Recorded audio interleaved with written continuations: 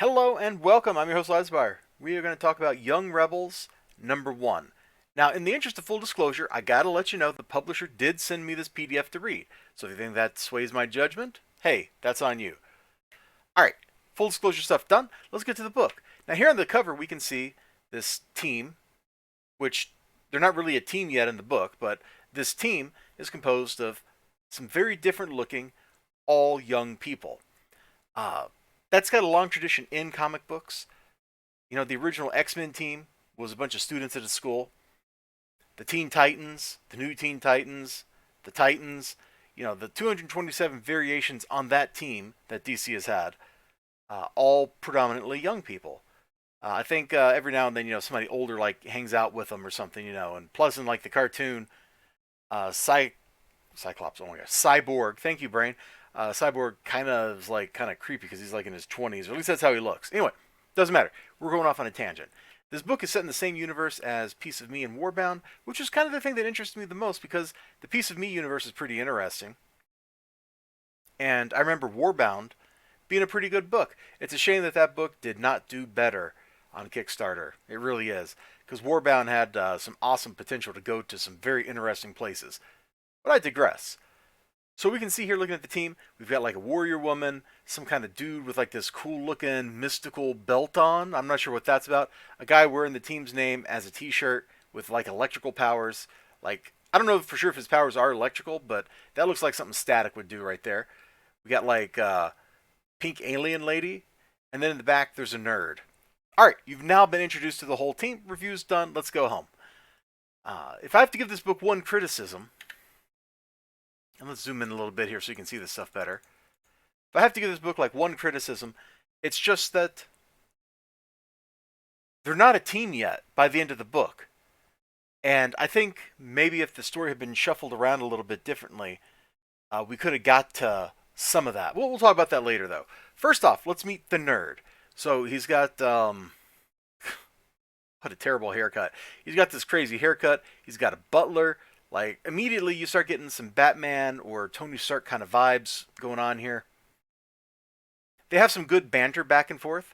The butler is appropriately smarmy, which I always like that when Alfred is like quipping, a little witty, with just a little bit of bite back at Bruce.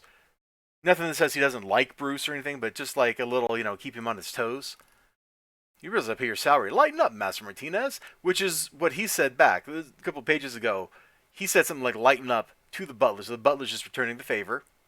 And, well, this seems like a pretty big discovery, doesn't it? I think I discovered time travel. I love the little shining stars in his eyes. It goes kind of against the art style of the story, like to suddenly be like, bam, here's something ridiculous. But I think it worked pretty well. So there's our nerd. He doesn't look like a super nerd yet, but we'll get to that. Then here's the guy. I don't remember if I mentioned it. He got like driven to school by his mom. He's the one with the electrical powers. You can see like the crackling lightning coming out here. And when he was getting out of his mom's car, like his fingers were like sparking and stuff. Not 100% sure like exactly what his powers are or how it's going to go. But he's just having a bad day already. Namely, he got kicked off the football team because he's got superpowers. He's like, it's not fair, Mom. Quit whining, kid. Quit whining. Not 100% sure what the ring is about, but, I'm sure we'll find out. Let's jump to page 10.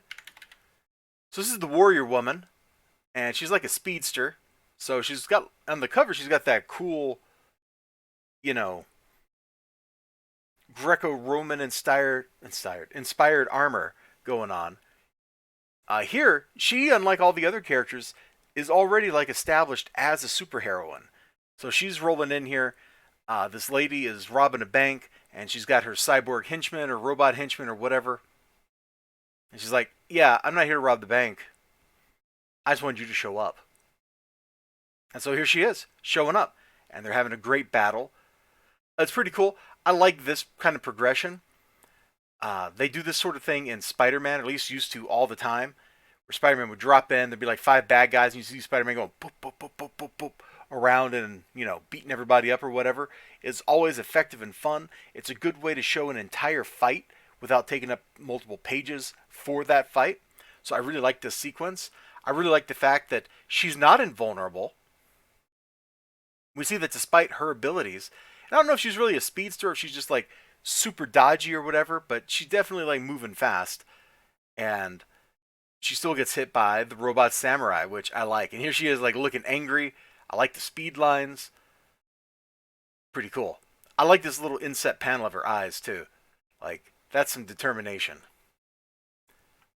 The robot samurai looks pretty cool too. Like, just let me be honest. And look here. Look here. Zooming in behind. This is what made me think she was a speedster, this panel right here. So I don't know like how fast this is supposed to be, if this is just like for dramatic effect, but she looks like she's moving awful fast. And it's great. Each of these characters, you know, we only get to see them for a couple of pages because we're introducing 5 major characters simultaneously in one book. This guy here is, he's got like astral projection magic powers. He's really into shoes. They're all the same, but differently colored. He's into Funko Pops. I'm sorry, dude. He's got Castlevania on the wall, Sailor Moon, Outlaw Star, Dragon Ball. Like, this dude is definitely a nerd. And I have some serious concerns about his choice of shirts. Like, come on, bro. That is not appropriate even for lounging around the house. Like, your mom should have some questions for you, bro, if she knew what that shirt was. Uh, anyway, he's like off in like the astral plane, like training with his grandma or something. Like, I'm not entirely sure what's going on there, but it'll look cool. I'm not going to show you any of that. We're just going to look at this guy's chest for a few moments here. Just look at it. Just zoom in. Zoom. Oh, it won't let me go in any further. All right. Well, anyway, this guy is definitely an anime nerd. You know, we should all just be going weeb. But he is like doing psychic stuff here very quickly. There you go. You can see some psychic stuff. Like, there's some crazy things going on there. Then I want to jump to page 21 because to introduce the 5th character, we actually have to go towards the end of the story. So dude's time travel. You can tell it's the same dude. See the hair? See the hair? He's got a super suit. And there's the pink alien. We don't really learn a whole lot about her. And we're not going to look at any more of the book because I showed you too much of the book already. But the book ends here with this guy having a cool super suit, seeing the pink alien lady, and then stuff happens and it sets up for the next issue. We end on a cliffhanger. It's very dramatic. A pretty good book. I wish the team had come together, and I think, and here's where we're going to kind of talk about the structure of the book. So we meet each character, the first 4 characters, one by one in their own segments that last a couple pages. With the exception of the nerd here and the warrior lady. Oh, actually, no, I guess 3 out of 4 we got like a pretty good introduction of, because like Astral Projector dude, I guess we got kind of a pretty good introduction to him. High school electro jock boy, on the other hand, we didn't really. He just goes, oh, grabs his head, and that's it.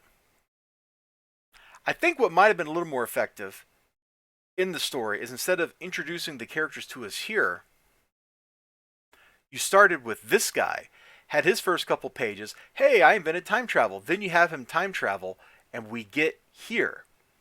We're already doing time travel, apparently, as like a story point. So there's no harm in exercising like in media res and flashbacks. Like the story's narrative is already, it comes pre-built in, basically, with we're going to jump around in time to tell the story. Like, you have time travel. So there's no reason not to tell the initial, oh man, this is what's going on, and have this guy get introduced to the pink alien lady, then whatever other characters are going to be in the next issue, and just kind of incorporate all that material into this one. And then in the next issue, we can cut to some flashbacks and introduce the characters that way. I think that might have been a different way to get the story across and not have this first issue end on a cliffhanger after a bunch of introductions. Because while the Warrior Lady stuff was pretty cool, like I definitely enjoyed Mecha Samurai or whatever that robot's name was, a lot of the book, narratively, felt a little on the weak side. Like, there was not enough time for me to get invested in anybody. And even Psychic Dude's like action segment didn't seem that strong compared to the Warrior Ladies. And I'm not using anybody's names. If you want their names, you can read the book. I'm just trying to archetypically describe like what they are because it's easier to go like that instead of being like, and then John did this because who was John? I don't know. I only saw John for 2 pages and then he had a headache or whatever. Like, actually, I don't even remember that guy's name. I don't even remember Electro guy's name, whatever it was. So there you go. We're introducing characters like a little too quickly. I feel like if you go back to a recent example, well, I don't know how recent it is now, but a moderately recent example of teen hero introductions, that would be something like Invincible, which is very gentle in how it introduces the characters to you. You're never really overwhelmed. It's just a couple characters at a time. You meet them, and then they're gone, and that's it. That's the whole thing. You're done. Well, maybe they're not always gone. Sometimes they come back, and we establish a lot of plot points and narrative structures and stuff that we use in the future. But the point is, we're not introducing the main character and then four other superheroes all in the same book. We're introducing the main character. We're showing you his family, his friends, his high school. Then we have him have a run-in with a villain or something, and then that leads to meeting the other characters. And before you know it, there's like 17 people in the book in every issue or whatever. This feels like a little rush, like we're kind of throwing some people together a little too quickly before we have a chance to learn about any one of them. And if I had to tell you who is like the main character of the book right now, it'd be Science Nerd right here, Mr. Time Travel with the goggles that do nothing. Because that's what it looks like. But it's supposed to be a teen book. So yeah, I'm not quite sure there. Anyway, those are just some thoughts I had. You all take care of yourselves. You have a great day, great night, great whatever you got going on. Check out Young Rebels. I don't know if this is on Kickstarter or Indiegogo or what, but I bet it is. You should check it out. Bye bye.